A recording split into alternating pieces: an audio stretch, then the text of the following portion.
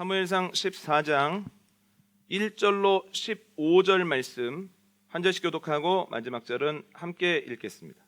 하루는 사울의 아들 요나단이 자기의 무기를 든 소년에게 이르되 우리가 건너편 블레셋 사람들의 부대로 건너가자 하고 그의 아버지에게는 아뢰지 아니하였더라. 사울이 기브와 변돌이 미그론에 있는 석류나무 아래에 머물렀고 함께한 백성은 600명 가량이며 아이야는 에봇을 입고 거기 있었으니 그는 이가봇의 형제 아이두베 아들이요 비느하스의 손자요 실로에서 여호와의 제사장이 되었던 엘리의 증손이었더라. 백성은 요나단이 간 줄을 알지 못하니라. 요나단이 블레셋 사람들에게로 건너가려 하는 어기 사이 이쪽에는 험한 바위가 있고 저쪽에도 험한 바위가 있는데 하나의 이름은 보세스요 하나의 이름은 세네라. 한 바위는 북쪽에서 믹마스 앞에 일어섰고 하나는 남쪽에서 게바 앞에 일어섰더라. 요나단이 자기의 무기를 든 소년에게 이르되 우리가 이 할례 받지 않은 자들에게로 건너가자. 여호와께서 우리를 위하여 일하실까 하노라. 여호와의 구원은 사람이 많고 적음에 달리지 아니하였느니라. 무기를 든 자가 그에게 이르되 당신의 마음에 있는 대로 다 행하여 앞서가소서. 내가 당신과 마음을 같이하여 따르리이다. 요나단이 이르되 보라 우리가 그 사람에게로 건너가서 그들에게 보이리니 그들이 만일 우리에게 이르기를 우리가 너희에게로 가기를 기다리라 하면 우리는 우리가 있는 곳에 가만히 서서 그들에게로 올라가지 말 것이요. 그들이 만일 말하기를 우리에게로 올라오라 하면 우리가 올라갈 것은 여호와께서 그들을 우리 손에 넘기셨음이니 이것이 우리에게 표징이 되리라 하고 둘이 다 블레셋 사람들에게 보임에 블레셋 사람이 이르되 보라 히브리 사람이 그들이 숨었던 구멍에서 나온다 하고 그 부대 사람들이 요나단과 그의 무기를 든 자에게 이르되 우리에게로 올라오라 너희에게 보여줄 것이 있느니라 한지라. 요나단이 자기의 무기를 든 자에게 이르되 나를 따라 올라오라 여호와께서 그들을 이스라엘의 손에 넘기셨느니라 하고 요나단이 손발로 기어 올라갔고 그 무기를 든 자도 따랐더라. 블레셋 사람들이 요나단 앞에서 엎드러짐에 무기를 든 자가 따라가며 죽였으니 요나단과 그 무기를 든 자가 반나절 같이 땅에서 서 죽인 자가 20명 가량이라. 함께 하겠습니다. 들에 있는 진영과 모든 백성들이 공포에 떨었고 부대와 노략군들도 떨었으며 땅도 진동하였으니 이는 큰 떨림이었더라. 아멘. 2주 전에는 핑계와 무덤에 대해서 나눴습니다. 사울은 자기 마음대로 제사를 드립니다. 사무엘이 도착하자 핑계를 대죠. 그런데 이유가 그럴싸합니다.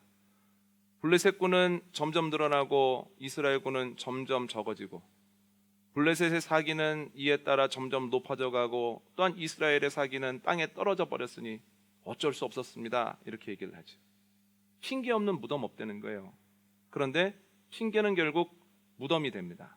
사무엘은 사울에게 당신의 왕조가 길지 않을 겁니다 라는 이야기를 하고 기브아로 돌아가 버립니다. 오늘 본문은 사무엘이 기브아로 돌아간 이후에 일어난 일에 대해서 기록을 하고 있습니다. 사울의 아들 요나단은 자신의 군대와 함께 아버지의 군대로 합류를 합니다. 그리고 어느 날 아버지가 알지 못하는 사이에 자신의 부관을 데리고 블레셋 진영으로 가고자 합니다. 이렇게 이야기를 합니다. 블레셋 진영에 가보자. 하나님이 우리를 위하여 일하시면 사람의 많고 적음은 아무런 상관이 없다. 그랬더니 부관이 믿음의 반응을 하는 거예요. 맞습니다. 따르겠습니다. 가면서 이렇게 얘기를 또 부관에게 합니다. 만약 그들이 우리를 보고 거기 가만히 있어 라고 얘기를 하면 하나님의 뜻이 아니니 물러나고 이리로 잠깐 올라와 볼래? 라고 이야기를 하면 하나님이 그들을 우리에게 붙이셨다는 신호이니 그들에게 올라가자 이렇게 이야기를 합니다. 그들이 진 가까이에 가서 그들 눈앞에 서게 되었을 때에 블레셋 사람들이 잠깐만 올라오라고 우리가 너희에게 줄 것이 있다고 이야기를 합니다. 그러자 요나단이 부관에게 하나님께서 그들을 우리 손에 붙이셨다 하면서 올라가서 그들을 치기 시작하는데 무려 20명가량을 죽였다는 거예요. 물론 그들이 죽인 20명은 전체 블레셋 군대에 비하면 얼마 안 됩니다.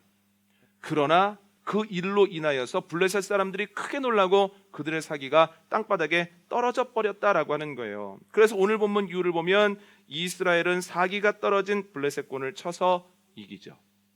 여러분, 사울이 너무나 두려워서 불법적인 제사를 드렸을 때와 두 사람이 올라가서 블레셋군과 싸우고자 하는 오늘 본문의 상황에는 겉으로 보기에는 어떤 차이점도 없다는 거예요.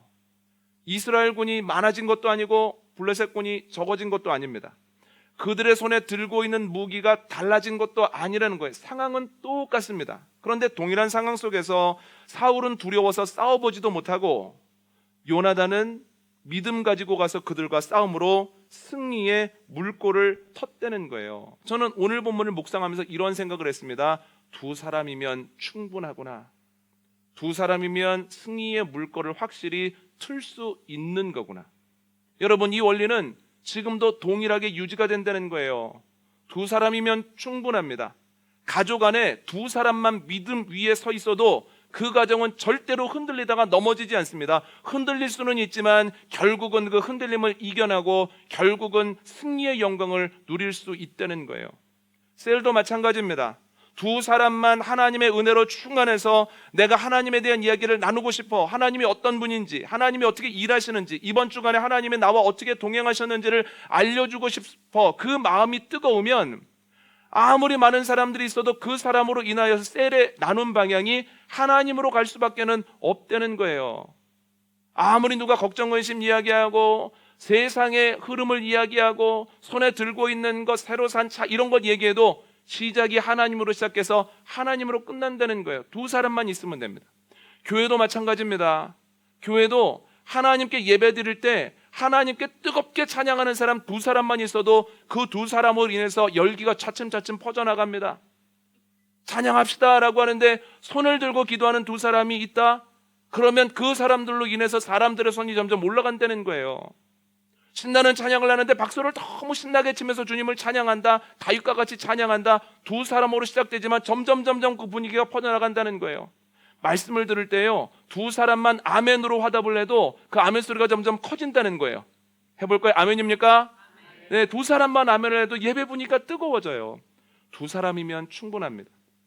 그럼 우리가 어떻게 해야 될까요? 우리가 믿음의 사람 될 수 있도록 하나님께 기도해야 됩니다. 믿음도 하나님의 선물입니다. 하나님께 믿음 달라고 기도하면 주님께서 그 믿음을 우리에게 허락해 주실 줄 믿습니다. 또 하나는 내가 지금 믿음의 사람이라면 나와 함께 있는 사람 중에 믿음이 사람에 생길 수 있도록, 그 사람이 믿음의 사람 되도록 기도하셔야 된다는 거예요. 여러분 생각해 보십시오. 가정 안에 내가 믿음으로 서 있는데 내 배우자가 함께 기도하는 사람만 되면 능히 이길 수 있다는 거예요. 어떤 어려움이 있어도 어떤 사람들이 있어도 결국은 승리할 수 있다는 거예요. 배우자가 기도 안 할 수 있거든요. 그런데 배우자 말고 내 자녀가 하나님과 인격적으로 만나고 하나님께 나아가 기도하는데 그 능력을 알고 힘을 쓴다면 나와도 자녀를 통해서 하나님이 그 가정을 이루신다는 거예요. 셀에서도 나와 함께 주님을 바라보고 그 은혜에 열정적인 사람을 만나면 셀도 하나님께 나아갈 수밖에 없다는 거예요. 여러분, 믿음의 사람 될 수 있게 해달라고 기도하고 믿음의 사람 허락해달라고 기도할 때 결국은 하나님의 은혜로 이기는 가정, 이기는 셀, 이기는 교회 되어지기를 원합니다. 그런데 여러분, 요나단과 그의 부관이 가지고 있었던 믿음이 뭘까요? 두 가지로 정리를 해봤는데, 첫 번째는 전쟁은 하나님께 속해 있다는 믿음이에요. 여러분, 전쟁을 앞둔 사울에게 중요한 것이 무엇이었을까요? 사무엘상 13장 한번 읽어볼까요? 7절로 9절입니다. 시작. 어떤 히브리 사람들은 요단을 건너 갓과 길르앗 땅으로 가되 사울은 아직 길갈에 있고 그를 따른 모든 백성은 떨더라. 사울은 사무엘이 정한 기한대로 이레 동안을 기다렸으나 사무엘이 길갈로 오지 아니하매 백성이 사울에게서 흩어지는지라. 사울이 이르되 번제와 화목 제물을 이리로 가져오라 하여 번제를 드렸더니 아멘. 방금 읽은 본문 7절을 보면 사울에게 중요한 건 사기예요. 8절을 보면 사울에게 중요한 건 병력이에요. 병력이 얼마나 많으냐 적으냐, 사기가 얼마나 높으냐 낮으냐에 따라서 이길 수도 있고 질 수도 있어. 이것이 사울이 전쟁의 승패에 대해서 가지고 있었던 생각입니다. 그러면 요나단과 그의 부관에게 있었던 믿음이 무엇일까요? 오늘 본문 6절 한번 읽어볼까요? 함께 읽습니다. 시작. 요나단이 자기의 무기를 든 소년에게 이르되 우리가 이 할례 받지 않은 자들에게로 건너가자. 여호와께서 우리를 위하여 일하실까 하노라. 여호와의 구원은 사람이 많고 적음에 달리지 아니하였느니라. 아멘. 12절 읽습니다. 시작. 그 부대의 사람들이 요나단과 그의 무기를 든 자에게 이르되 우리에게로 올라오라. 너희에게 보여줄 것이 있느니라 한지라.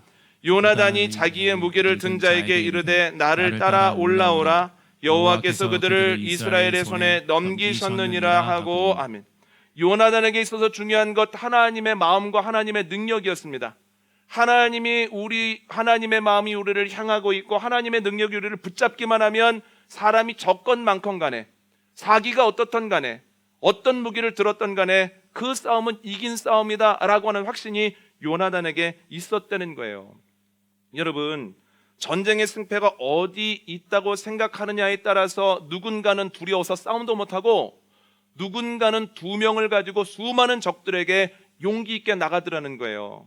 여러분, 전쟁의 승패가 어디 있는가? 하나님의 손에 있다라고 하는 믿음이 저와 여러분에게 넘치게 되어지기를 원합니다. 그런데 성경을 보면 이러한 일들이 숱하게 많습니다. 가장 유명한 것 하나를 말씀을 드리면 민수기 13장을 보면 가나안 땅을 앞둔 이스라엘 사람들이 각 지파에서 한 명씩 뽑아서 12명을 그 땅 정탐시킵니다. 40일 동안. 그런데 12명 중에 10명이 돌아와서 이렇게 이야기를 합니다. 올라가면 큰일 납니다. 이건 싸워보나 마나합니다. 싸우면 우리는 죽고 아내와 자녀들은 노비 될 겁니다. 큰일 납니다. 그러면서 근거를 대는데 그 성읍은 견고하고 그 사람들은 장대하고 그들이 손에 든 무기는 예리하다는 거예요. 그들에 비하면 우리는 메뚜기라는 거예요. 그런데 여호수아 갈렙은 그렇게 얘기하지 않습니다. 여호수아 갈렙은 하나님이 함께 하시면 그들은 우리의 밥이라고 하나님이 말씀하셨으니 올라가서 그 땅을 차지하자라고 이야기를 하죠. 여러분, 같은 곳을 같은 시기에 같은 기간 동안에 보고 왔습니다. 그런데 완전히 해석이 다릅니다. 왜 그렇습니까? 싸움의 승패가 어디에 있느냐에 대한 생각과 믿음이 달랐기 때문이에요. 10명은 무엇으로 싸움의 승패가 결정된다고 생각을 했습니까? 여러 가지 조건으로 결정이 된다고 생각했습니다.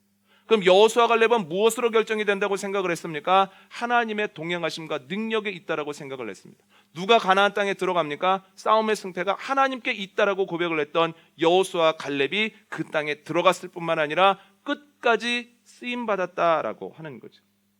여러분, 전쟁에서 숫자도 사기도 무기도 중요합니다. 그러나 가장 중요한 것은 하나님입니다. 하나님이 이기게 하시면 이길 줄 믿습니다. 하나님께서 함께 해주시면 우리는 넉넉하게 그 문제를 간증으로 바꾸어 갈 줄 믿습니다. 여러분, 한번 잘 생각해 보십시오. 여러분은 전쟁의 승패가 어디 있다고 생각을 하십니까? 내 앞에 있는 문제를 이길 수 있는 힘이 어디로부터 온다고 생각하십니까? 하나님께로부터 그 힘이 옵니다. 하나님이 이기게 하십니다. 하나님이 이 문제도 간증으로 바꾸십니다. 믿음으로 나아갈 때 결국 최후 승리하는 은혜가 저와 여러분에게 넘치게 되어지기를 원합니다. 두 번째, 그들에게 있었던 믿음은 하나님의 때에 승리한다는 믿음입니다. 아버님이 은퇴를 하시면서 땅을 마련하셨습니다. 평생의 소원이기는 하셨는데 막상 땅을 마련하시고 나니까 농사에 대해서 아시는 게 아무것도 없는 거예요. 당연하죠. 농사를 안 져보셨는데요. 그래서 전 주인분의 도움을 꽤 받으셨습니다. 같이 농사를 저어주시는 거예요. 그러면서 시간이 1년, 2년, 3년, 4년 지나면서 시간이 지나는 가운데 조금 좋은 농부가 되어 가시더라고요. 일을 척척척척 해 나가셨습니다. 여러분, 좋은 농부란 뭘까요? 좋은 농부는 때를 알게 되었다는 뜻입니다. 언제 뿌려야 되는지, 언제 비료와 농약을 줘야 되는지, 언제 거두는 것이 더 좋은지를 아는 것이 좋은 농부라는 거예요. 그럼 이와 같이 좋은 신앙인이라고 하는 것은 뭘까요? 좋은 신앙인은 때를 아는 신앙인이다라고 하는 겁니다. 오늘 본문 9절 10절 한번 읽어볼까요? 함께 읽겠습니다. 시작. 그들이 만일 우리에게 이르기를 우리가 너희에게로 가기를 기다리라 하면 우리는 우리가 있는 곳에 가만히 서서 그들에게로 올라가지 말 것이요. 그들이 만일 말하기를 우리에게로 올라오라 하면 우리가 올라갈 것은 여호와께서 그들을 우리 손에 넘기셨음이니 이것이 우리에게 표징이 되리라 하고. 아멘. 요나단이 어떤 이유로 올라오라고 하면 가서 싸우고 기다리라고 하면 물러가자라고 이야기했는지 정확히는 알 수 없습니다. 그가 뭘 들었는지 봤는지 알 수는 없지만, 그러나 9절과 10절을 통해서 우리가 확실하게 알 수 있는 것은 요나단과 그의 부관에게는 하나님의 때에 대한 믿음이 있었다는 거예요. 왜냐하면 지금은 요나단이 생각하기에 블레셋을 기습해서 넘어뜨리기에 가장 좋은 시기입니다. 내가 보기에는 가장 좋은 시기지만, 그러나 하나님이 보시기에 그 시기가 아니야, 더 좋은 시기가 있다라고 말씀하시면 물러가야 되겠다라고 생각을 했고, 그 말에 부관이 찬성하는 모습을 보면 그들은 하나님의 때가 있다고 하는 것도 믿었고 하나님의 때가 더 좋다라고 하는 것도 믿었다는 거예요. 여러분, 성경을 보면 하나님은 하나님의 때에 일을 하십니다. 구약의 대표적인 경우 한 사람을 대자면 다윗입니다. 사울의 핑계를 듣고 사무엘이 이새의 집으로 갑니다. 그 아들 중에서 하나에게 기름을 붓는데, 기름 붓는다는 건 왕으로 택한다는 겁니다. 누가 기름 부음을 받았습니까? 누굽니까? 다윗이죠. 다윗이 기름 부음을 받습니다. 그러면 그가 왕이 된 겁니다. 그러나 그 기름 부음을 받는 순간에 그를 왕위에 올리지는 않는다는 거예요. 그 이유가 뭐냐면, 그가 하나님 보시기에 순전한 사람이기는 하지만 순전한 것만 가지고는 안 된다는 거예요. 예수님 뭐라고 말씀하셨습니까? 비둘기처럼 순결할 뿐만 아니라 뱀처럼 지혜로워야 된다라고 말씀하셨잖아요. 이 말씀에 의거하여 다윗의 상황을 보면 비둘기처럼 순전한 상태이기는 하지만 뱀처럼 지혜롭지는 못한 겁니다. 나라를 이끌 만한 실력이 없는 거예요. 그래서 하나님의 때에 이르기까지 하나님께서 다윗을 훈련시키신다는 거예요. 그 과정을 간략하게 말씀을 드리면, 골리앗을 쓰러뜨리는 사건을 통해서 다윗을 사람들 앞에 세우셨다는 거예요. 인기는 그때가 최고였습니다. 그러나 그때 왕위에 올리시지는 않습니다. 사울이 이스라엘을 다스릴 때 그 군대의 천부장으로 임명하심으로 인하여서 수많은 전투 경험을 갖게 하십니다. 그 정도면 됐을 것 같은데 아니요, 훈련 안 끝났습니다. 이제 본격적으로 시작이 되는데, 사울이 다윗을 질투함으로써 그를 죽이겠다고 3,000명 전군을 데리고 다니면서 죽이려고 달려든다는 거예요. 어디에서도 찾으려고 하려는 거예요. 그 10년의 어려운 것을 통하여서 위기관리 능력을 배우게 하시고요, 그뿐만 아니라 그가 아둘람굴에 있을 때 찾아왔던 400명, 나중에는 600명, 그와 함께한 가족들을 통해서 새 이스라엘을 이끌어 나갈 수 있는 조직도 갖게 하시고, 또한 10년의 어려운 일들 동고동락하게 하시면서 그들을 탄탄하게 하셨다는 거예요. 그래서 10수년의 고된 훈련을 마치신 이후에 다윗을 왕위에 올리셨다는 거예요. 여러분, 하나님의 때가 있습니다. 그런데 이렇게 물으실 수 있습니다. 하나님의 때가 있는 건 알겠는데 왜 이렇게 하나님의 때는 더디 오나요? 다윗의 경우에는 왜 이렇게 오랫동안 훈련시키셨을까요? 참 괜찮은 사람인데. 여러분, 하나님이 다윗을 핑계 안 되는 사울 왕 정도로 생각하셨으면 훈련이 금방 끝났을 겁니다. 계속해서 너 핑계 대면 안 돼. 핑계는 반드시 무덤이 되는 거야. 지도자가 핑계대기 시작하면 굉장히 어려워져. 몇 번 말씀하시면 됐을 텐데, 하나님께서 다윗에게 가지고 계신 계획은 놀라워서 단순히 핑계 안 되는 사울 정도가 아니었다는 거예요. 하나님께서는 다윗을 통해서 눈에 보이는 것과 눈에 보이지 않는 것을 온전히 세우기를 원하셨고, 전에는 경험해 본 적이 없는 그 은혜의 나라를 만들어 가시려는 계획을 가지고 계셨기 때문에 그렇게 할 수 있도록 다윗을 훈련시키시고 또 훈련시키시고 단련시키시고 그 오랫동안 때를 기다리게 하셨다는 거예요. 얼마나 감사한 일입니까? 여러분, 하나님의 때가 있고 하나님의 때가 가장 좋은 때라고 하는 것을 잘 보여주는 신약의 예는 바로 사도 바울입니다. 사도행전 9장 말씀 한번 읽어볼까요? 15절과 16절 함께 있습니다. 시작. 주께서 이르시되 가라, 이 사람은 내 이름을 이방인과 임금들과 이스라엘 자손들에게 전하기 위하여 택한 나의 그릇이라. 그가 내 이름을 위하여 얼마나 고난을 받아야 할 것을 내가 그에게 보이리라 하시니. 아멘. 예루살렘 교회를 박해하는데 가장 열심이었던 바울이 예루살렘 교회가 잔멸되고 난 다음에 기독교인들을 잡으러 240km 정도 떨어진 아람의 수도 다메섹으로 갑니다. 다메섹에 거의 도착했는데 밝은 빛이 그의 눈에 촥 하고 쏟아집니다. 얼마나 그 빛이 밝은지 그 자리에서 넘어졌을 뿐만 아니라 눈이 멀어버렸다라고 하는 거예요. 그런데 더 놀라운 것은 그 빗속에서 예수님의 음성이 들리는 겁니다. 사울아 사울아, 네가 나를 왜 박해하느냐? 네가 열심히는 하는데 네가 열심히 할 때마다 네가 나를 아프게 하고 또 너의 영혼을 갉아먹는구나.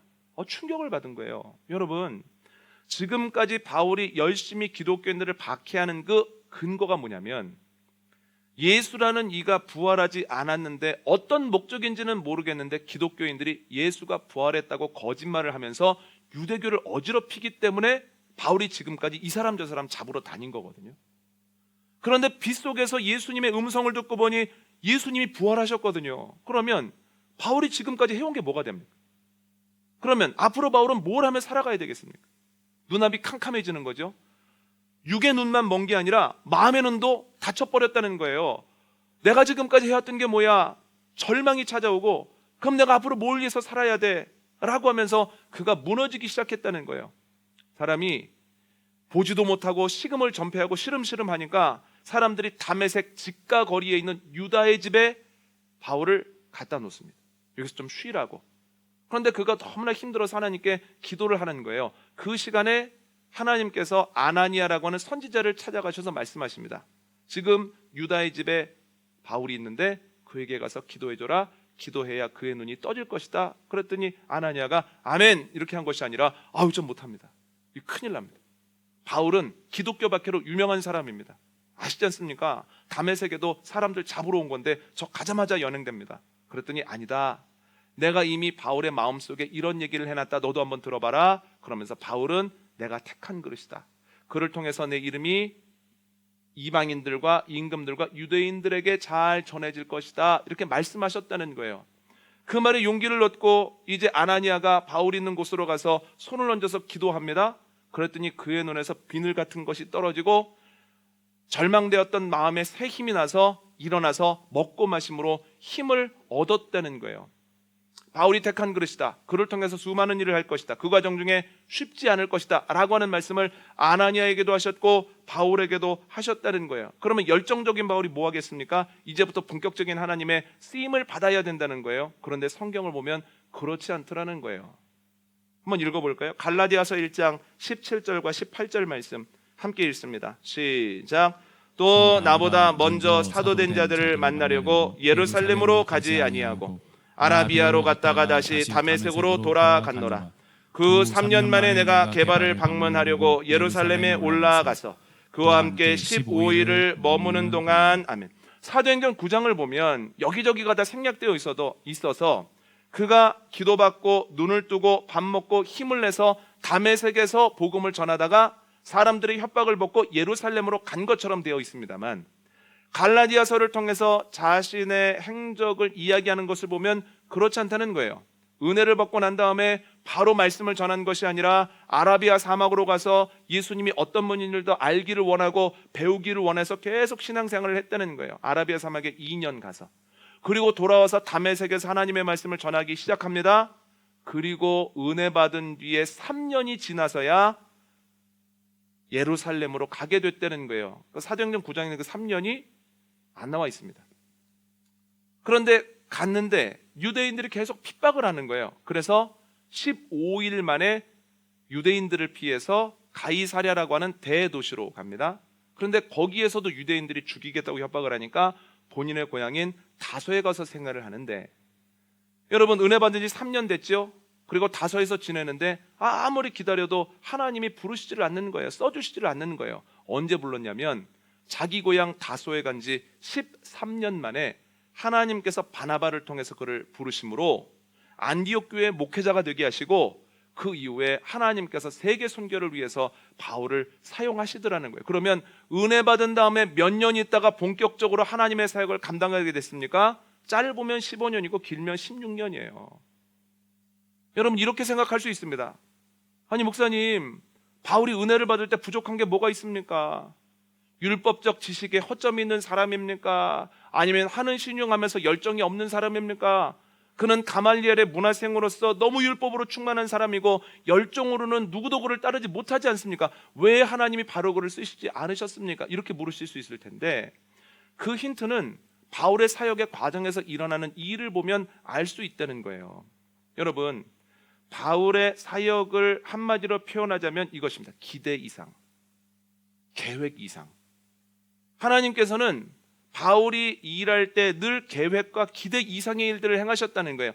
2차 선교 여행 떠날 때 한번 생각해 보십시오. 2차 선교 여행을 떠나면서 어떻게 계획을 세우냐면 1차 선교 여행지를 절반 정도 돌아보고 그 다음에 밑에 소아시아, 아마도 에베소였을 것 같아요. 소아시아의 중심이 에베소니까 에베소에 가서 사람들에게 복음을 전해야지, 이런 계획을 가지고 있었거든요. 아니요, 하나님의 계획이 그렇지 않았다는 거예요. 그래서 2차 선교 여행 때 1차 선교지 갔다가 에베소로 내려간 것이 아니라 더 멀리 가서 빌립보와 데살로니가가 있는 마게도냐 지방까지 가고, 거기에서 더 나아가서 고린도가 있는 아가야 지방까지 가게 되었다는 거예요. 바울은 요만큼을 생각했는데 하나님께서는 이만큼을 보내셨다는 거예요. 4차 선교행 이후에도 마찬가지입니다. 그가 억울한 일을 당함으로 인하여서 항소하고 항소함으로써 결국 가이사 앞에 섬으로써 문화의 중심지 로마에서 그 당시 모든 권력을 가지고 있다고 과언이 아닌 로마 황제에게 복음을 전했다는 거예요. 사람들에 의하면, 전승에 의하면, 디모데 후서의 내용을 통해서 유추해 볼 때 그 이후에는 바울이 그 당시 세계 끝이라고 여겨졌던 서바나, 지금의 스페인까지 가서 복음을 전했다는 거예요. 여러분, 하나님께서 바울을 부르시면서 가지고 계신 계획이 바울의 생각보다 훨씬 크기 때문에 훈련이 훨씬 고되고 훈련의 기간이 생각보다 길었던 겁니다. 제가 오늘 본문을 묵상하면서 예전에 한 목사님, 지금은 은퇴하신 목사님의 책 제목이 생각이 났습니다. 다윗에 대한 설교집이었는데 그분이 이렇게 설교 제목을 적거든요. 그 책 제목을 적거든요. 큰 그릇은 오래 빚는다. 아멘입니까? 하나님이 바울에 대해서 가지고 계신 그 계획이 크기 때문에, 큰 그릇이기 때문에 그렇게 오래 훈련을 받은 거예요. 다윗을 통해서 하시려고 하는 일들이 그만큼 놀랍기 때문에 다윗이 그만큼 고생하면서 그 길을 걸어간 거라는 거예요. 여러분, 우리가 하나님의 약속을 듣지요? 하나님의 그 약속을 종종 확인시켜 주시죠? 그래서 믿음을 가지고 걸어갑니다. 그런데 상황을 보면 바뀐 것도 없고, 때로는 하나님이 약속하신 것과 전혀 반대되는 방향으로 일이 점점 안 좋아지는 것을 보면서 안 되나 봐, 내 인생은 이런 건가 봐, 내가 잘못 들은 건가 봐, 낙심이 될 때가 있거든요. 그런데 여러분, 그때 우리에게 필요한 것이 믿음입니다. 어떤 믿음입니까? 하나님의 때가 있다는 거예요. 하나님의 때가 반드시 온다는 거예요. 하나님의 때가 더 좋다는 거예요.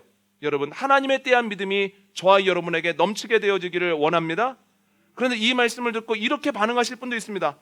그래도 그렇지, 하나님의 때가 너무 멀지 않습니까? 1년, 2년이어야지 10년, 20년, 30년 동안 내가 누군가를 위해서 기도하고 있고, 내가 누군가의 구원을 위해서 간구하고 있고, 내가 이 문제가 해결되게 해달라고 계속해서 기도하는데 이렇게 안 될 수가 있습니까? 그때 우리가 붙잡아야 되는 것이 무엇입니까? 큰 그릇은 오래 빚는다는 거예요. 하나님의 계획이 크기 때문에 그만큼 고되고 그만큼 시간이 걸린다는 거예요. 여러분, 기다리고 계십니까? 훈련받고 계십니까? 변하지 않는 가족이나 사랑하는 이들 때문에 속상하십니까? 하나님의 때가 있다는 것. 그 때가 긴 것은 하나님의 계획이 그만큼 놀랍기 때문이라고 하는 것을 기억하고, 오늘도 믿음 가지고 나아갈 때 승리의 물꼬를 틀 뿐만 아니라 결국 승리하고야만 하는 역사가 저와 여러분에게 넘치게 되어지기를 원합니다. 오늘 말씀 정리합니다. 믿음을 가진 두 사람이면 충분합니다. 그러므로 우리가 어떻게 기도해야 됩니까? 내가 믿음의 사람 되게 해달라고 기도해야 되고, 내 옆에 믿음의 사람 붙여달라고, 내 배우자가, 우리 아이들이 믿음의 사람 되게 해달라고, 셀에서 함께 주님을 바라보고 쭉만 할 수 있는 사람 붙여달라고, 또한 교회 안에서 함께 예배하면서 주님만 바라볼 수 있는 동역자들 보내달라고 기도해야 된다는 거예요. 그런데 어떤 믿음입니까? 첫 번째는 전쟁은 하나님께 속겠다는 것과, 두 번째 하나님의 때가 반드시 있다라고 하는 것을 믿는 믿음이어야 된다는 거예요. 여러분, 전쟁은 하나님께 속했다고 하는 것, 그리고 하나님의 때가 반드시 오며 그 때가 길어지면 그만큼 하나님의 계획이 크다라고 하는 것 믿으며 나아가는, 그래서 승리의 물꼬를 트는 저와 여러분 되어주시기를 원합니다.